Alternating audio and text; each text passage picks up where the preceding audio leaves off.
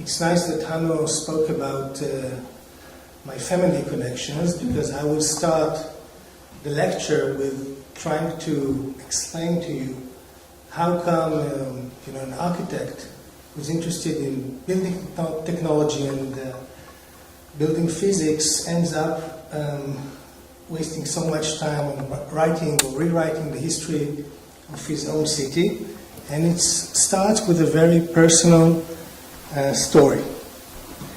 And the story is the story of a building, which I can now show a picture of. But when I started my journey about 10 years ago, we didn't have a clue where this building was. And it was important for me just because it was the first building that my great-great-great-grandfather, Aharon Shlush, who is the father of Yosef Eliyahu Shlush, his first house that he built by himself outside the confines of the old town of Jaffa. And because of certain reasons that I will elaborate later, this building was totally lost from our own family's history or from our own family's memory. And this was just an opening after I found out where this building really is or was. It was just an opening of a much larger story that I will try to share with you tonight.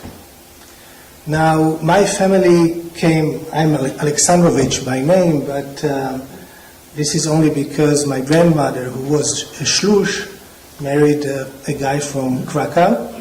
So you can call me even Shlush and I won't be offended at all. The family came to Palestine and particularly to Jaffa in 1840. That means about 180 years ago.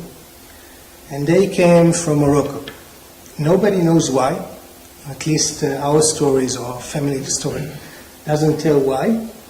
It was not totally unique for that time. There was some waves of immigration of Moroccan Jews and Algerian Jews during that time to Palestine, mainly from, because of religious sentiments. There was really nothing to look for in Palestine at that time. It was a very undeveloped part of the Ottoman Empire. Aharon Shlush grew to be a relatively wealthy man in Jaffa during the 1860s, 1870s, and during the 1880s he decided that he will start buying land in the northern part of Jaffa that was not inhabited by anybody at that time. And the first building that he decided to build is this one on the right. And we know about this building because of Yosef Eliyahu Shlush's memoir that Hanno just mentioned. And the interesting story from my own family perspective is that although we have the book and we have a very clear description of the exact location of this building, nobody in my family was aware that there was a building. Everybody knew a building that now stands in a small neighborhood called Neve Tzedek, which is the first Jewish neighborhood outside of the old town of Jaffa. It's not the same area. It's about half a kilometer apart. But what was really amazing is that in spite of these clear memories and clear connection that Yosef Eliyahu Shlush made between the building of the finishing of the house and his own wedding in 1887, and nobody in the family really knew where the building really stands and what happened to it. And I was really eager to find out where was this building. And there are some paragraphs about the building around this book, but this is the main paragraph that you have some hints of the whereabouts of the building. And I just want to highlight three things. The first is that Geschichte says that the building is in a place called Neve Shalom. And the other one is that the building stands right next to something called Feingold buildings, and it belongs to a guy called Ben Zion Amzalek. And so we have three clues, and the problem was that when I tried to figure out where these Feingold buildings or Ben Zion Amzalek's building really stands, it was impossible.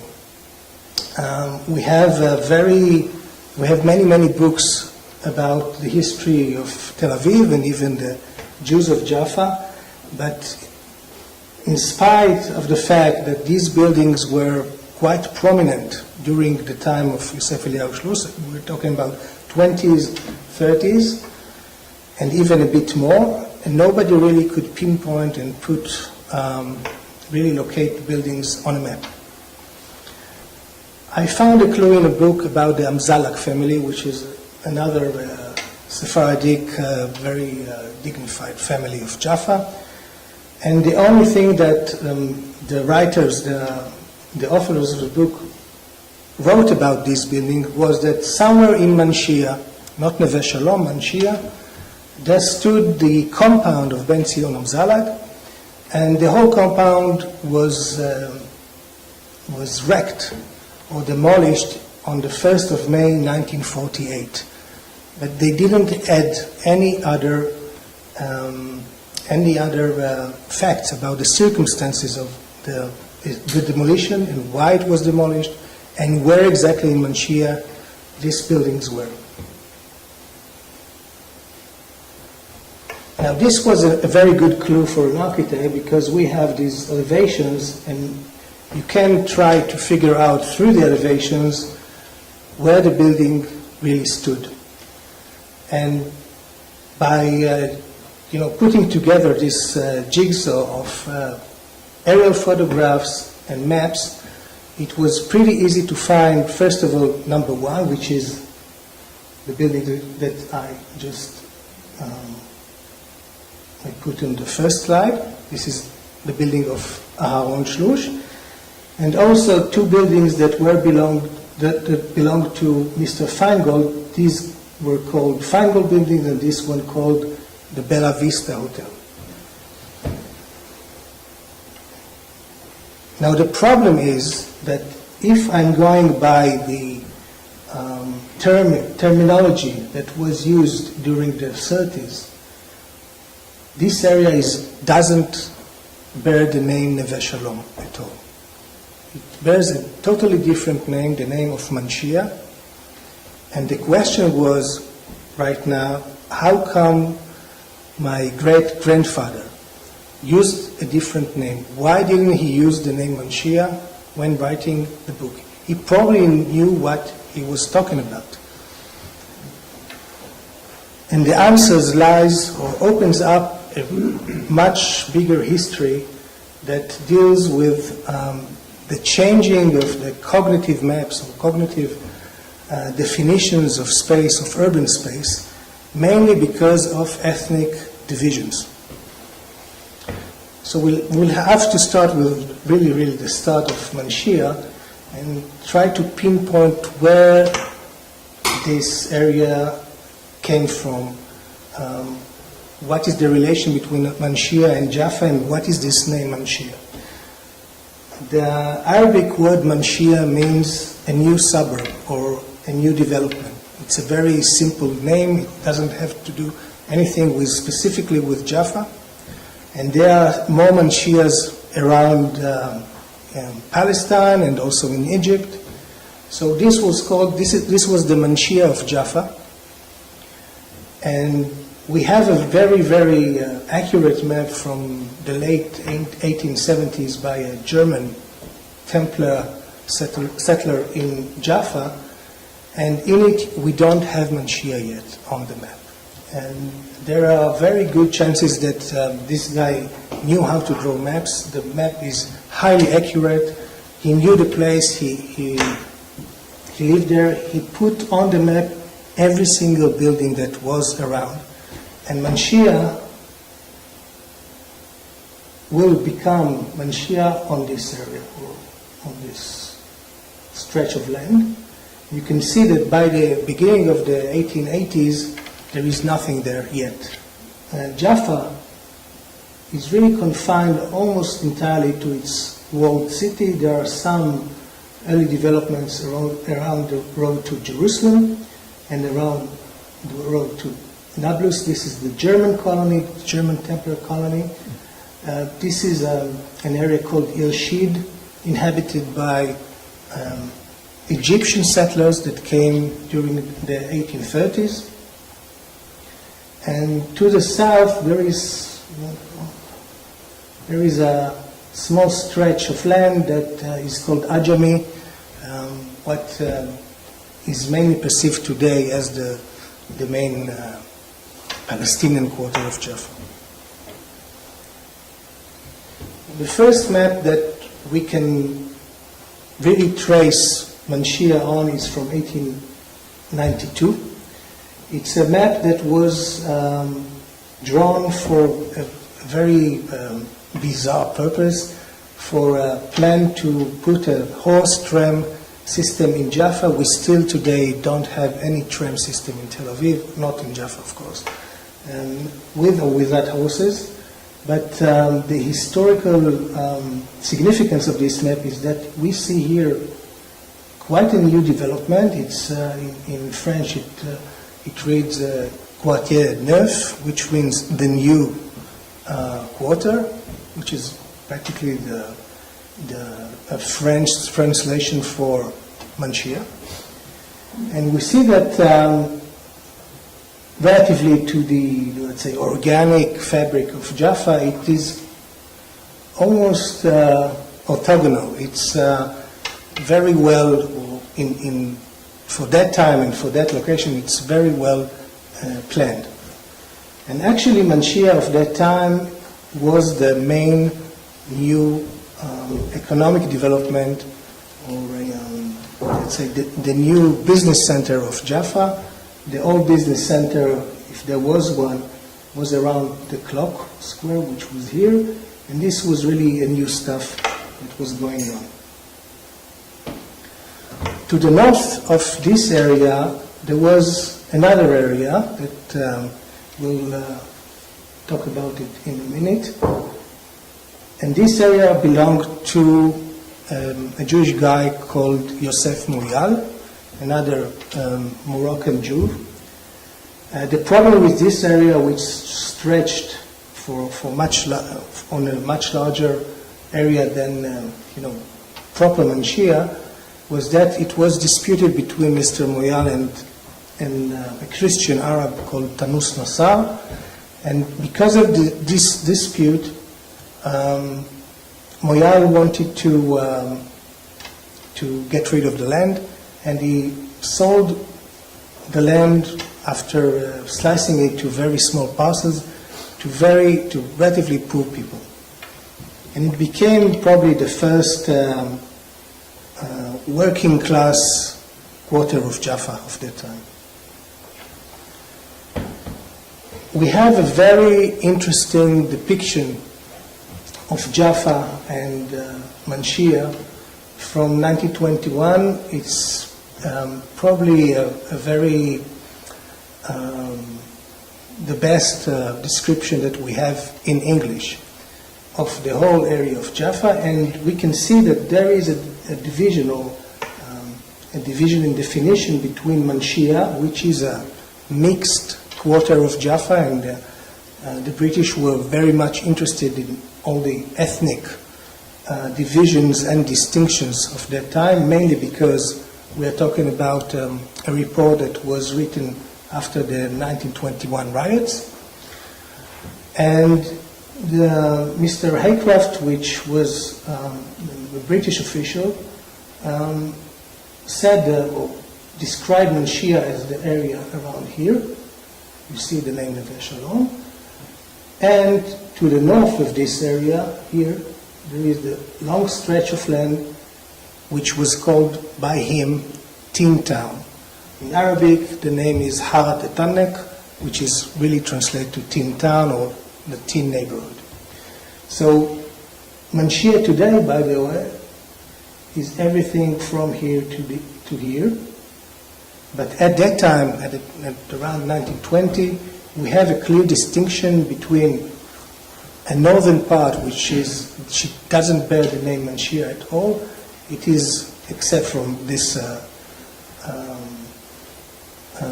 aerial photo, and a central area that in Hebrew, this is an Hebrew book, was called Neve Shalom, and not Manschieh. And why do we have this double use of names? And the answer is very, very simple. Manschieh was the only place in the whole area of Jaffa and later Tel Aviv that was not ethnically divided. It was from its very first steps until its very last days of existence in 1948 or 1947. It was the ethnically mixed area of Jaffa and Tel Aviv, and because of that, it was also the place that any riot began between Arabs and Jews. 1921, 1929, 1936, and even afterwards, after 45, 46, there were always riots in this area, not because the inhabitants of Manschieh were exceptionally violent, but because it was much easier to provoke everybody when they lived one next to the other. We don't have many photos of Manschieh of the time, but we do have these two photos of the main shopping street of Manschieh. If you can see here, you probably won't be able, but this is a Hebrew postcard, and it reads Neve Shalom, and here between brackets Manschieh also. So Neve Shalom and Manschieh are the same term for the same location, one used by Jews, the other used by Arabs. What happened afterwards? How did we forget this? Why my great-grandfather used the name Neve Shalom, but 10 years afterwards nobody knew where Neve Shalom is really? Or to be more precise, everybody thought that Neve Shalom is just a small stretch of land here. And the answer is the partition of Jaffa into two different or separate entities. One is the city of Jaffa, and the other one is the city of Tel Aviv. And the division took place in 1921. Tel Aviv is this new development around here. These are the old Jewish neighborhoods of northern Jaffa. We see Neve Tzedek here. And all this part is Neve Shalom. And it's important to see that Neve Shalom was really the main area where everybody was living, also in terms of Jews and non-Jews. In 1921, the leaders of Tel Aviv wanted a division. The British came into Palestine in 1918. 1920, we have a civilian administration in Palestine, British, and the leaders of Tel Aviv that were very much eager to construct purely Hebrew space to the north of Jaffa demanded or asked the British to give them a kind of a municipal status that was beyond that of just a neighborhood. And the British actually concocted a new system especially for them, and Tel Aviv was granted the status of a township, which is not really a city, not really a municipality, but it gained some independence, mainly in terms of the ability to plan or to pursue master plans without any connection to Jaffa municipality. If you construct a new city by dividing an urban space, you have to decide where to put the line. And this line, it was drawn according to a very simple principle. Actually changed the whole way that people both in Jaffa and in Tel Aviv perceived the whole area of Manschieh. The division was done according to ownership. And where you can gain full Jewish ownership on the land, the area was annexed to Tel Aviv. Where the area was much more mixed, it stayed within Jaffa borders. And it really, the border itself cut this street into two. This part became Tel Aviv in 1921. This part remained in Jaffa. And of course, this border had no physical presence at all. It was just drawn on a map. You couldn't see where Jaffa ends and Tel Aviv begins. But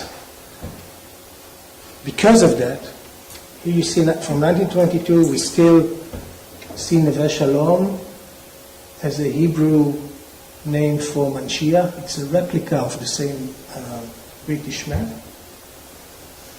In 1936, when a distinguished Jewish geographer writes a treatise about the borders of Tel Aviv, he depicts Manschieh as a kind of a sword or a stake that is really aimed at the heart of Tel Aviv. And if you can see the bigger picture of Jaffa and Tel Aviv together, you can see that where Tel Aviv really stretched to the north, Jaffa is the main area of Jaffa is here, and Manschieh is really stuck in the middle, and much closer to the center of Tel Aviv of that time, which was around here, and not to the center of Jaffa.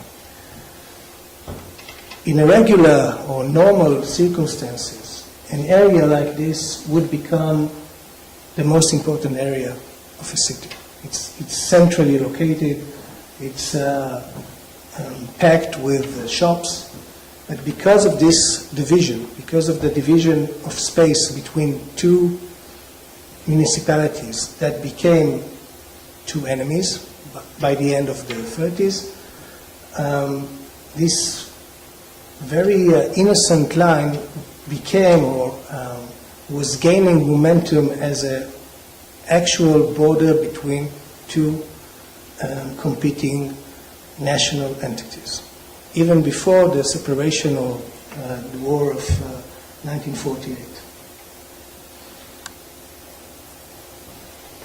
So to summarize this part, during the 20s we have Manschieh as this area. This is where the house of Aaron Shlush is. This part, Tin Town, is much larger. This is Neve Tzedek. This is Tel Aviv. In 1930s, where tensions grew much bigger, Manschieh, in the eyes of Jews, Arabs, and British alike, became a much larger area that spread around the whole northern part of Jaffa, along the division lines, along the municipal division lines. And Neve Shalom became a much smaller area here, Neve Tzedek and Tel Aviv. The problem was that this peripheral status of Manschieh during that time was also manifested in the, let's say, the value of land. And Manschieh, that was once a nice place to live, or at least a very nice place to own a shop in, became really as what can be described as a slum, and it was described as a slum during the late 30s. And in the late 30s, the municipality of Jaffa decided that Manschieh has to go away. Manschieh is no longer a place that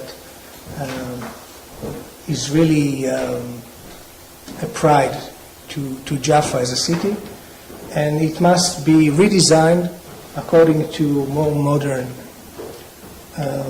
principles. And the first plan for the destruction or demolition of Jaffa was finally approved in 1946. It began to be produced during the late 30s. And there was a second plan for probably a much larger destruction that was designed by an Egyptian planner between 46 and 48. And the same planner also decided that the old city of Jaffa, which is here, also has to give way to a new development, except from a very narrow area that was kept as a relic of the old city. Today, by the way, this area here still stays the same, while this area, most of it is just an open garden. So, as you can see, the Jaffa municipality had some very interesting ideas about the development of Jaffa, but they, of course, didn't have time to do it because in 1948 there was a war, and the war ended with the total surrender of Jaffa and the annexation of Jaffa to Tel Aviv after 1.5 years. Now, the problem with the story of Manschieh starts with the destruction of the area.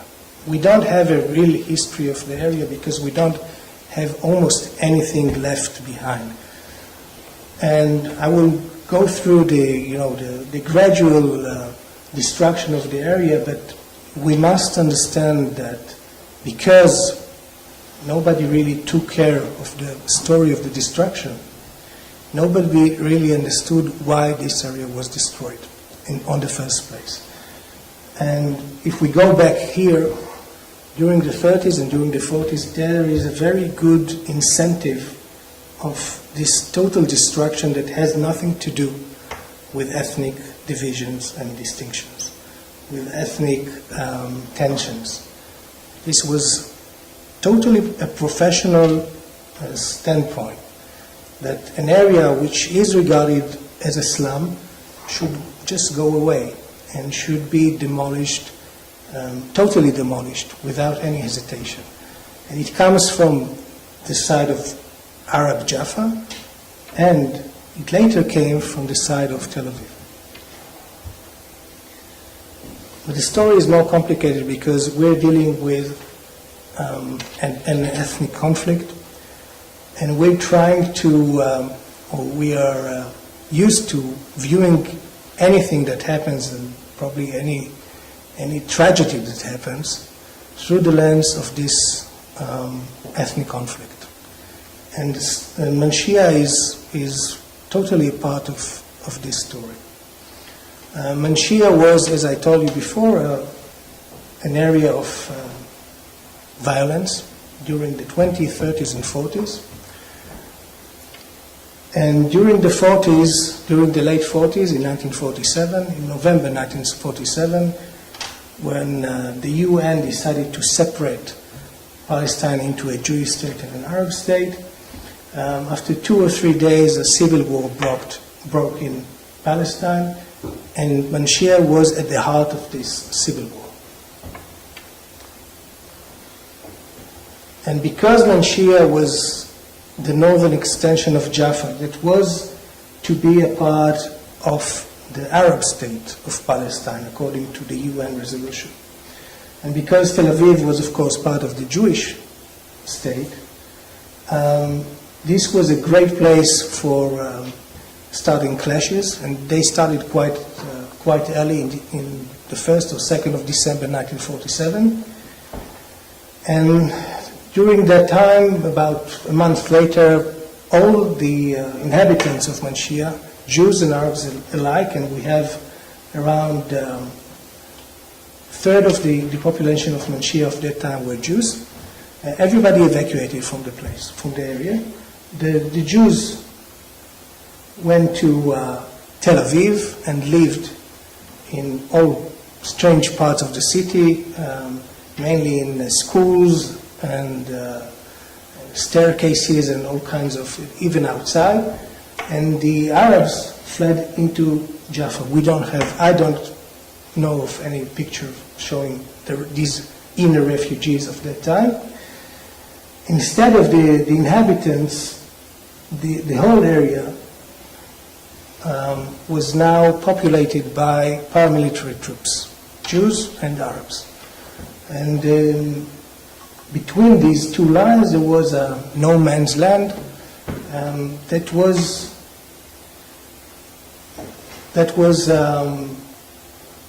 partially destroyed or partially affected by very small-scale military acts like shooting and even targeting implosion of certain buildings that were perceived as military positions. But we can say in a very clear way that Manschieh was not destroyed during that time, during these 4 or 5 months of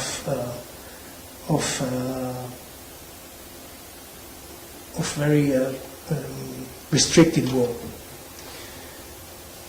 In late April 1948, there was a standstill in the area of Jaffa, and the main Jewish forces, the Haganah forces, were not really interested in conquering Jaffa at that time because the Jewish leadership thought it was unwise to start a war in the area of Jaffa because of the UN resolution.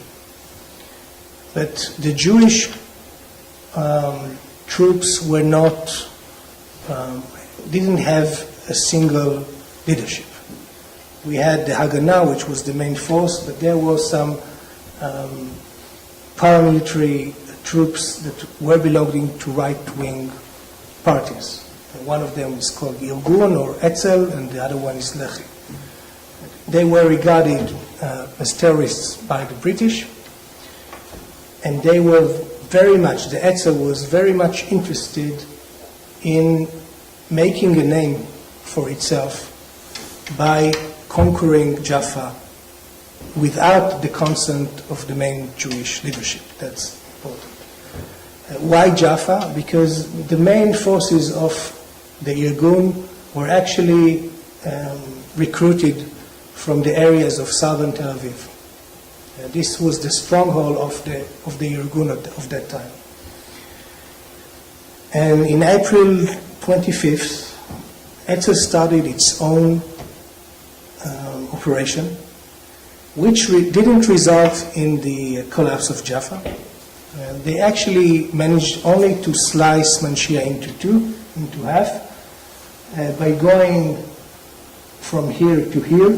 That's the only achievement, and making this area a Jewish-controlled area. But of course, in the eyes of the Irgun, they wanted to echo this very, very limited success, and to make it sound or make it show much larger. And this is something from late April 48, even before the military acts stopped, and they already said here that we conquered Manschieh, and we stormed and conquered Manschieh, and even we have some photos of total destruction of the area. So the Etzel or the Irgun had a very good incentive to show Manschieh as a total demolition area or total destruction area that was caused by its own members.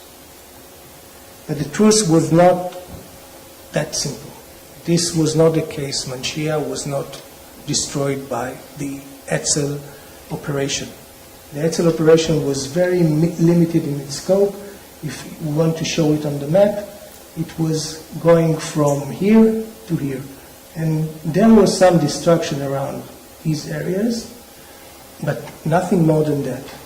The whole area here remained almost the same, and also the same goes for the southern part. The problem is that in the, let's say, the current perception of the operation, and I just show you this one. This really great photograph by Rudi Weissenstein, and that you can see on the exhibition also. This photograph was shown first in 2002, and since then it was reproduced numerous times, always as a symbol or as showing the destruction that was caused by war in Manschieh in 1948. And you can put the blame partially on the way that it was introduced during that specific exhibition by the curator, that she didn't write much about this specific photographs, but she nuanced that the operation of the Etzel during 1948 had something to do with these photographs. She doesn't say it, but you can read the text here, and it only talks about the military action. But the truth is that this area that Weissenstein photographed, all this area has nothing to do with the Etzel operation, which was much, much to the south. It was here. And the area that we see here in Weissenstein's photographs is actually here. So what happened in between? Why do we have such a large devastation? And to answer this question, you cannot just go to history books, because nobody really wrote about it. And you have to dig some archival documents and archival photographs, and to try to figure out what you see and when a photo was taken and why a photo was taken. And to try to figure out through comparing photographs, and to figure out what happened before and what happened after, to create a timeline of the demolition. Not every demolition is the same. Maybe the effects are similar, but the reasons are very, very different. So let's start with this very important photo of Yaakov Rosner, a Jewish photographer. And it was taken somewhere around May or even June 1948. We don't have a clear date, but we can understand we can try to figure out when this photo was taken by understanding what we are seeing. The photo was taken from the minaret of a mosque, Hassan Bek Mosque. It's the main mosque of Manschieh. This was the highest spot of the area. This was why he decided to take a photo from it. It was also used during 1947-48 as a sniper position, by the way. And we can see in the photo that he takes, and this photo was, without any doubt, taken after the 1st of May 1948, where the Etzel operation ended and all military actions in the area of Jaffa ended. And we see some barricades lining the street that connects Manschieh to Tel Aviv. But more importantly, we see here very nice buildings, and we even see some laundry on the roof of one building. And this is a half-deserted area. You can see it that you don't see any people on the street, but at the same time, you don't see total destruction. If you go to a later photograph, this is the same building as here. You can see that the whole area was totally gone. during several months. We don't know really the exact date of these photographs, but it's probably around the early month of 1949, maybe a bit later. Now, if Rosa was able to go up on the minaret, it means that the war is over. And if he manages to capture buildings that were gone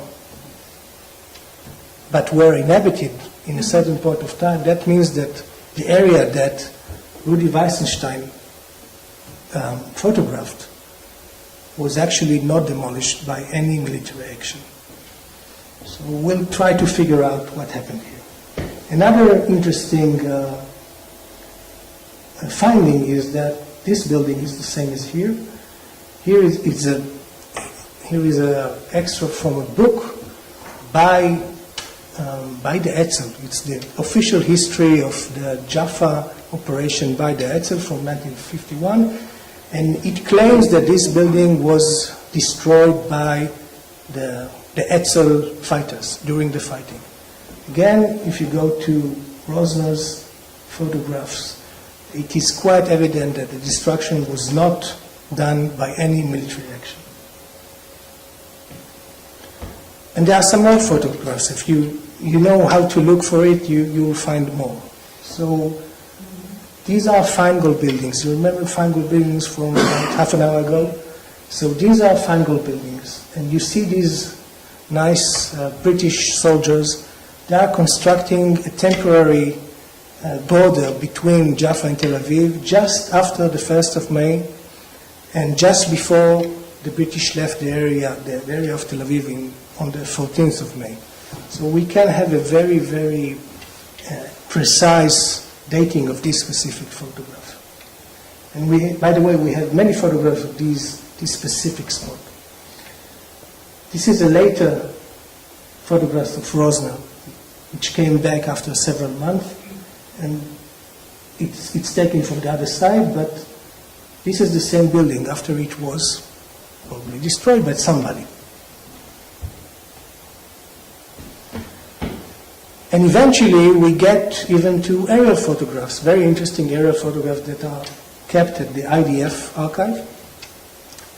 Aerial photographs done by Haganah members during March and just before the Etzel operation, but they also reveal a very interesting story. So this is the no man's land between Jaffa and Tel Aviv to the north, this area, but the whole area here is totally intact. And again, the Etzel has had nothing to do with this northern area, and this is actually the area that Weissenstein took photograph of. If we go a bit south, this is photographs from Davar, a Jewish newspaper from the 7th of May. It shows an Iraqi sniper dead on a building after the operation has ended. And you can see the whole street is lined up with very good buildings. This aerial photo is from late 1949. This is the same building as here, but all the other buildings are almost gone. All of the buildings are gone. If we go a bit to the south, we get to this building, which we just saw at the beginning of my presentation. This is the building of Aharon Shlush. And lucky enough, after Ben Zion Amzalek died, he gave his family gave the building to the British administration to be used as the central police station of Manschieh, which became, of course, a military target for the Etzel militants during their operation. And actually the last act of resistance on the 1st of May 1948 was the implosion of this specific building as a symbol of the resistance of the Etzel to the British occupation. Probably they didn't know that this was the first building of Aharon Shlush, and maybe they didn't care much. But beside this building, you can see that the whole area, the whole street here, which is very nicely built all the way, is totally gone by the end of 1949. And we have a little area photographs also from IDF archive, and it shows a totally different scale of destruction and demolition. Now the question is, who did it? And the answer is this guy. He's the main culprit. This is Israel Rokach, the mayor of Tel Aviv in 1948, actually from 1936 to 1952. And he was trained as an electrical engineer in Switzerland, by the way, but he saw himself as a very modernist and progressive town planner of his time. He used to work very closely with a city engineer called Yaakov Ben Sira, which actually was behind the development of modern Tel Aviv, so to speak. And you can see here from 1939 his idea of the Jewish wonder city of Tel Aviv. Unfortunately, I don't know why, he took an aerial photo of Manschieh showing probably the prospects of the new Tel Aviv that he was imagining of. The problem with this worldview of Israel Rokach was that Tel Aviv was built partially from new developments, which we now know as the White City of Tel Aviv, but also from older developments that preceded Tel Aviv, like Neve Tzedek and Neve Shalom, and what we call the Yemenite Quarter or Kerem HaTeimanim. And Rokach really hated the places. It was regarded as an unplanned area, as an area of that really sheds blame on the image that Tel Aviv wanted to put to itself. And already in 1937, he approved 2 master plans for the total reconstruction, or actually destruction, of both Neve Tzedek and Neve Shalom and Kerem HaTeimanim. And by the way, Rokach was born in Neve Tzedek. His father was one of the founders of Neve Tzedek, so he had totally no sentiment to the past. And he was not unique in that sense, but he really had the power to pursue his ambitions through the powers of urban planning. The only problem with this specific plan was that Rokach didn't have enough money to buy the land from the occupants of these neighborhoods. So actually the plan was not realized at all. It stayed the same until 1948. Now we go to June 1948, just after the war. We can see in this a bit blurry aerial photograph that most of Manschieh is intact. This is the area that Weissenstein photographed, by the way. And then suddenly, in the beginning of August 1948, there are several announcements in the Jewish press telling that the army has blown up some buildings in the area of Manschieh. And nobody really knew what this thing was. Actually, they started these explosions without prior notice, and it was quite frightening because the 1948 war was still taking place in other parts of Palestine, of Israel and Palestine of the time. What happened was that Rokach sent people to start destroying Manschieh from north to south. He wanted to get rid of Manschieh, and I will tell you in a minute why. But he knew that because Manschieh was quite intact, he has to do it very, very quickly, because people were starting getting into these empty buildings that were left behind the Palestinian refugees. And he knew that he has to act fast, because if he doesn't do so, he will have to face evacuations on a much larger scale that he was ready to accept. So he devised a plan. He sent people, but he didn't tell the people that were already living there that he is sending municipal employees. He told everybody that, or his men told everybody that this was an act of the military, of the Israeli military, and this was needed for security reasons. And you can see here a very nice letter written by the secretary of Rokach, and he tells, "Dear Mayor, the delegation of representing the residents of the houses we are wrecking in Manschieh is waiting for me. Of course, I'm telling them that we cannot delay the explosion works because of security reasons. What should I tell them regarding the housing?" So they already evacuated people that got into the wrong houses. And Rokach was very, very clear in that respect, and he said, well, just move them to another place.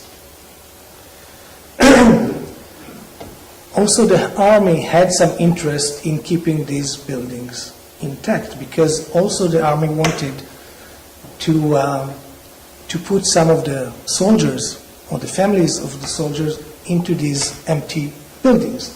But Rokach was stronger than the army, and we should understand a very clear thing. Jaffa at that time, Manschieh at that time, was not part of Tel Aviv.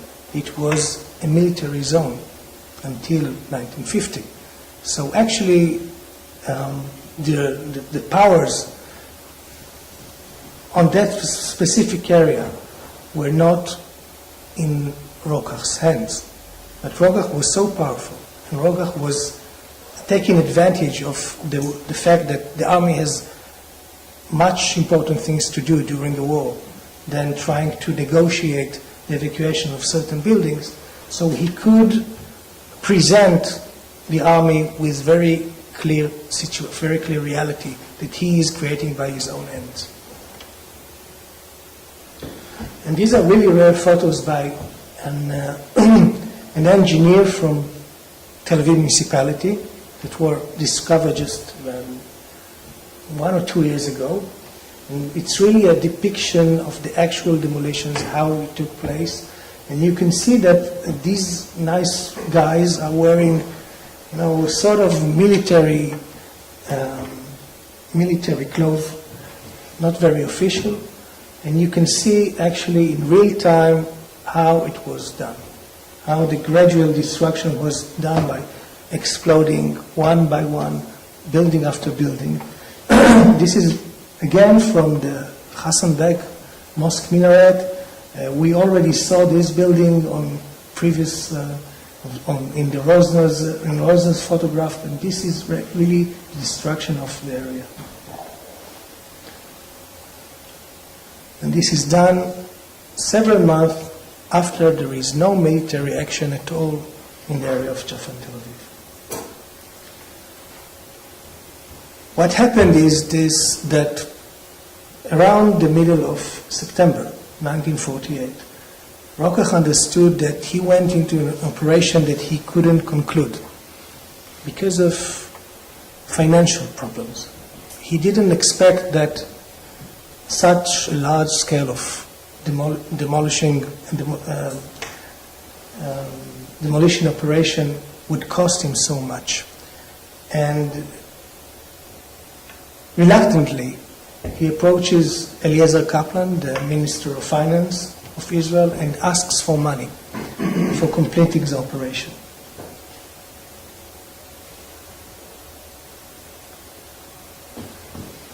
And Kaplan doesn't say no, and Kaplan doesn't say stop. But Kaplan is very, very prudent, and he doesn't want to do anything that could be understood or seen as a violation of any law, international or Israeli law. So he appoints a committee that works around ways of making this legal, but unfortunately, the legal advisor of this committee very clearly stating in a very, very clear legal terminology that there is now, when the action of war has ended, there is no real excuse for demolishing even a single building in Manschieh. And of course, we can always try to find or to create new laws, but according to our current situation, we cannot approve this. And this is actually what stopped Rokach in the beginning of 1949 from the total destruction of Manschieh. He managed to put down about half of the area, or 1/3 of the area. This guy, Eliezer Kaplan, because his refusal to support him financially for completing his operation, Rokach had nothing to do but to stop. And this was the only reason why it stopped at that specific point. Only a problem of financial supporting the operation of the home. Now we're ending up in 1949 with 1/3 of Manschieh gone. The other 2/3 are already occupied by new immigrants or new residents of the old buildings. And now the question is what to do with the whole area. And you can imagine several scenarios, but the scenario was already written in the 1930s by the Jaffa municipality.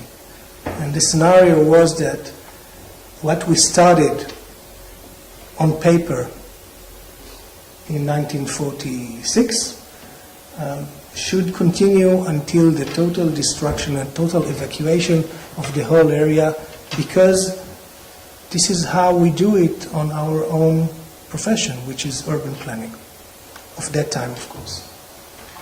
This is a plan, the first plan of Manschieh, of the new Manschieh, done by Yaakov Ben Sira, which was the city engineer during the demolition, but in 1952 he was no longer a city engineer, he was a private consultant. And you can already see from this plan that he doesn't have a clue what to do with this vast area that he just evacuated from buildings.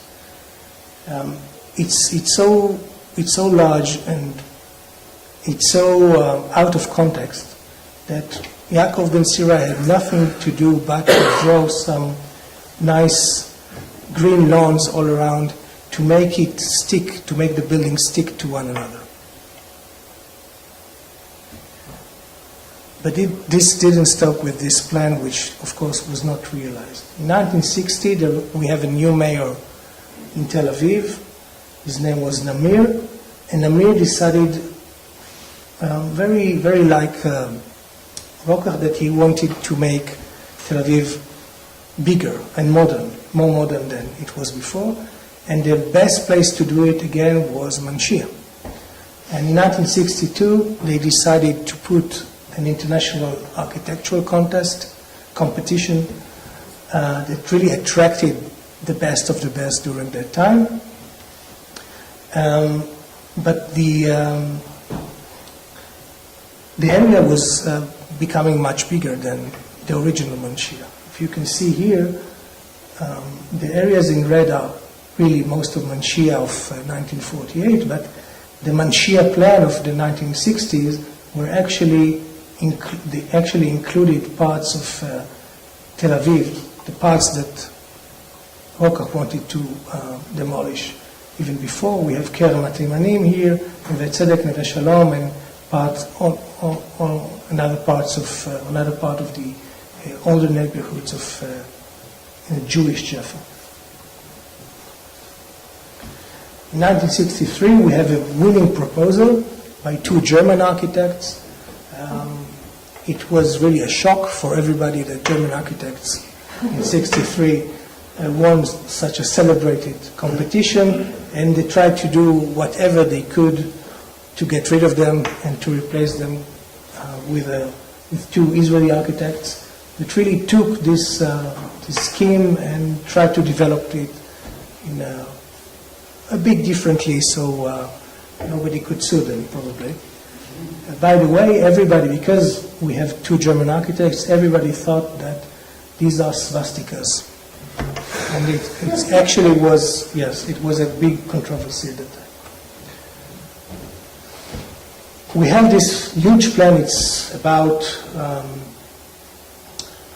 think it's 200 acres, including some land reclamation, very large land reclamation from the sea.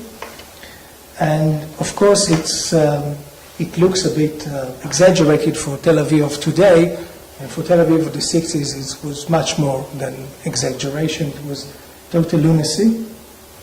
But this didn't stop anybody from accomplishing the first stage of the plan, which was the total destruction of what was standing on the land. And this is a very interesting film from 1970. It's a fiction film. It's called Lupo by Menachem Golan, very known Israeli director. And actually Golan told the story of a resident of Manschieh that he's being evacuated, doesn't want to be evacuated, and the whole neighborhood also starts to resist evacuations. But in the end, they just moved to a new public housing somewhere in Holon or a small town near Tel Aviv. But the interesting thing is that Golan uses the actual area of Manschieh as a filming setting. And you can see through his, if you get a hold of this film, you can really see how demolition really is getting more and more area as the years progresses, and how the buildings that are still standing there are intentionally kept without any renovation, without any intention of keeping them up. And the system was very, very simple. There was about 3,000 families to be evacuated, and they tried to give them money. Every single family that accepted the money, on the next day, the building was demolished. And they could really do it because the whole area was belonging to actually the Israeli government, because it belonged to Palestinian Arabs before 1948. And when Golan is filming another film in 1974, Casablanca, almost all of Manschieh is already gone. What you see here is the southern tip of Manschieh, and all the area to the north, almost everything is already gone. He doesn't have enough buildings to film in that area. This is probably one of the last buildings that remained in Manschieh. It was used during the 70s as a training field for fire brigades. And to the left you can see how the mayor of Tel Aviv of that time, Rabinovich, is really proud of wiping some stains out of the map of Tel Aviv, and Manschieh was one of these stains. Again, we are not talking about building anything yet. We're just talking about wiping the area clear. In 1976, it is already quite evident that the huge plans of the 60s are not viable anymore. There is no sense of constructing a huge business district to the beach of Tel Aviv, between Jaffa and Tel Aviv, and the only real construction that took place from the middle of the 70s until the middle of 80s is really confined to a piece of land in the middle of Manschieh. This is what you see here. So the transformation was quite huge. You see all this very, very crowded, dense urban fabric that was just taken down during a work of almost 3.5 decades, and it was replaced by these office buildings and nothing but parking lots, roads, and what we can call an urban park or a garden. So we can see the transformation through some aerial photographs.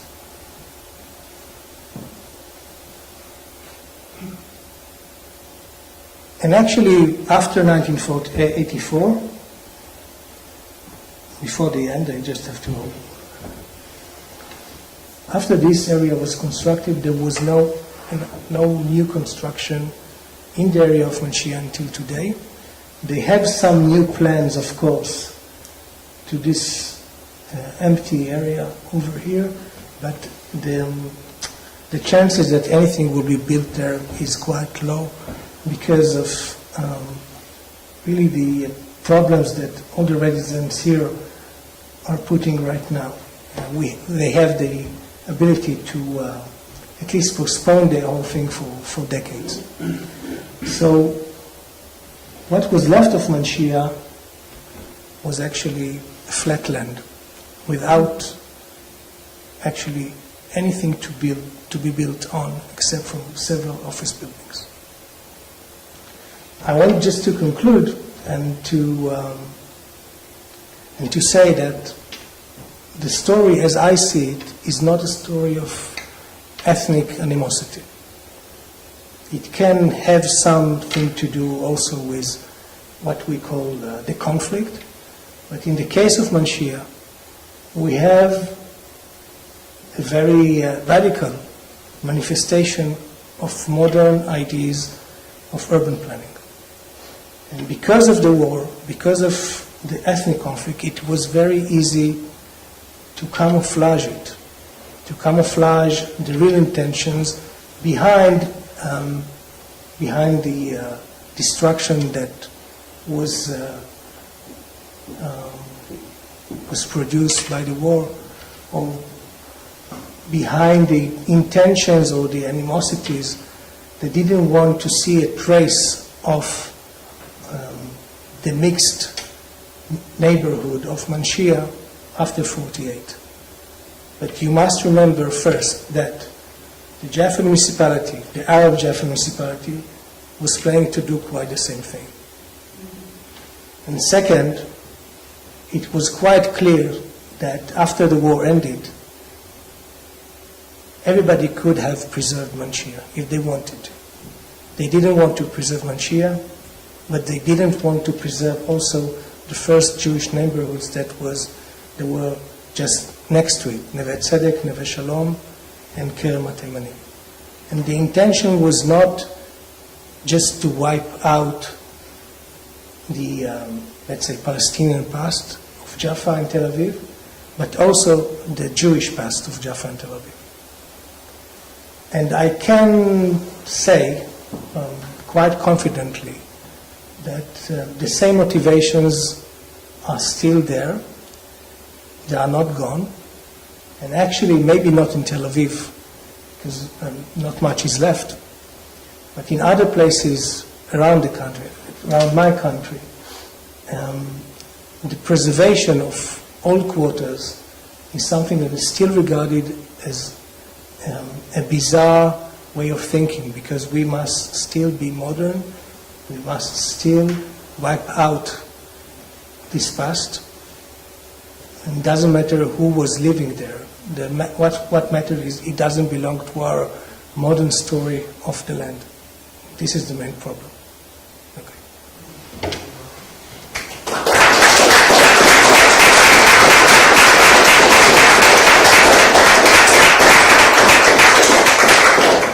It was a bit long, but